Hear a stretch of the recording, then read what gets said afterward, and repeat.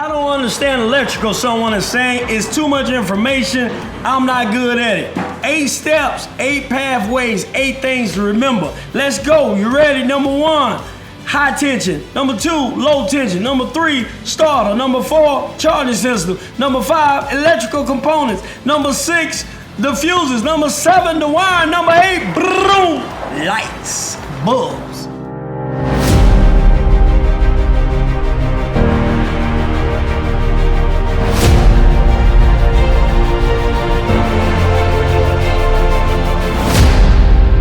Restoration gets into the details. That's what it's about. It's about, how do I make this car safer? How do I make this car function? And then how do I make it beautiful? But it's never beautiful first. It's not, how do I make this car pretty? That's not the art of restoration. That might be the art of painting body.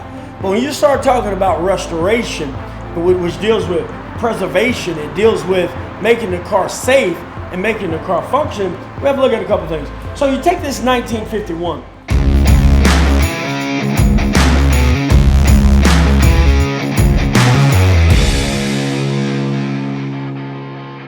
We're going to use, from a restoration perspective, keeping it like it was, preserving the history of the car, keeping it unique, keeping that timepiece of history from a restoration perspective.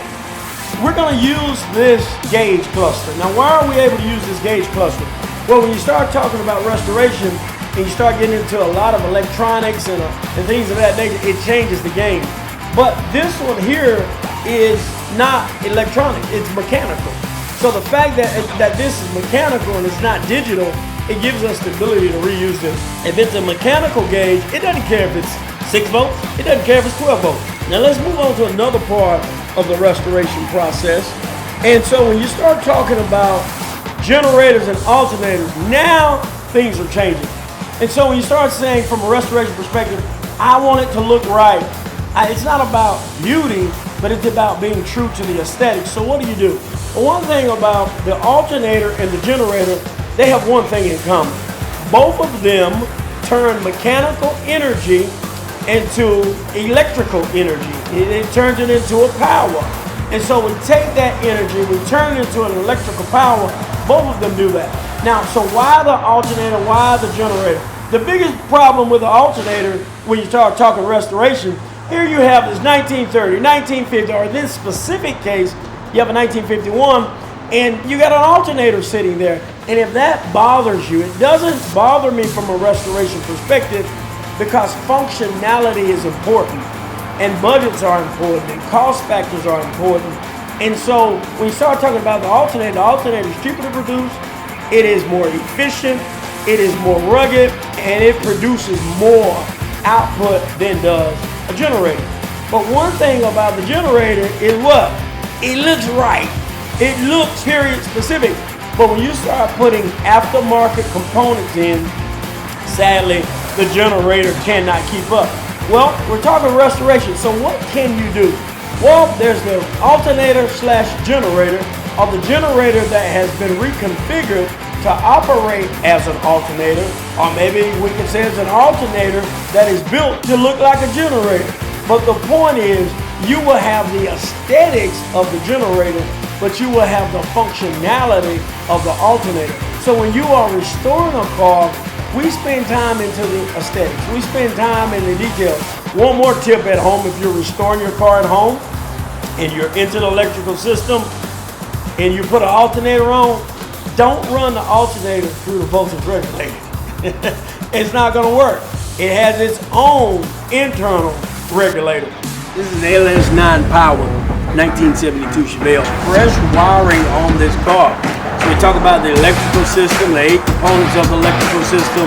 We're changing it completely, so we don't have to worry about trying to incorporate the old with the new. The old is in the trash and everything is new. As we keep going through these systems, what about the starter? I gotta find me a new starter. No, you can get the same starter.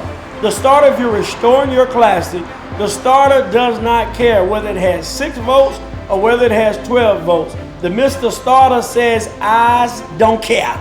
It does not matter.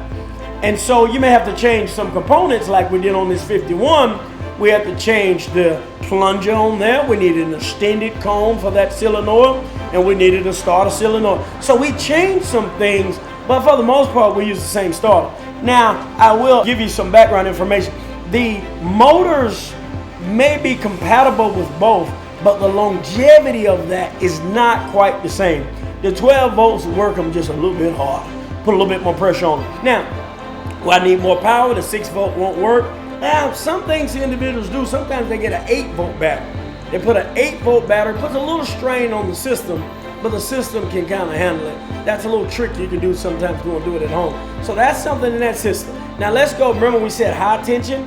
And so the old classes are going to have a points and condenser. You're going to have to change the condenser. The condenser in the new system, 12 volt versus the old system, it's different.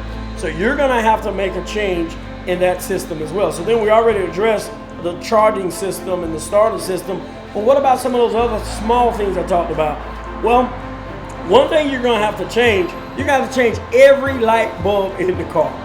6 volt bulbs aren't going to work in a 12 volt system. Even if you get them to light up, it's going to be so low.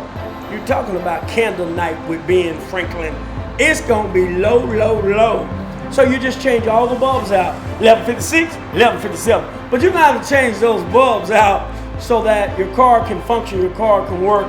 Now, I won't go too deep into fuses, but what's one of the other benefits of a 12 volt system?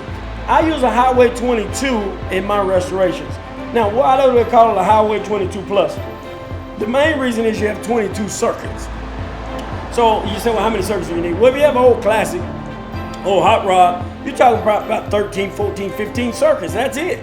That's all you need. That's more than enough. But when you start adding power windows and power door lock, everything needs its own circuit. Everything needs its own fusible deal there. So those are just some of the differences and some of the changes when you start talking about restoration. But when you're doing restoration work of a phase, you're not doing a full restoration. So guess what's important? Budget. B-U-D-G-E-T. Or money. M-O-N-E-Y. It's very, very important. So we have to take that in consideration. So when I'm restoring a system such as the wiring system, I'm going to change some things and make some upgrades that are necessary, but there may be some other things I did not change because I want to be true to budget. So when we look at this 1951 Olds, we put in Petronics, Delco case alternator adapter, Delco alternator connector. Most people love that one wire alternator. That is just a hot rodder's dream. That's your friend in your back pocket. That one wire alternator. And then the list just goes on and on. Headlight relay switch. Did I talk about the horns? You're gonna have to change the horns. 6 volt horns aren't gonna work on a 12 volt system.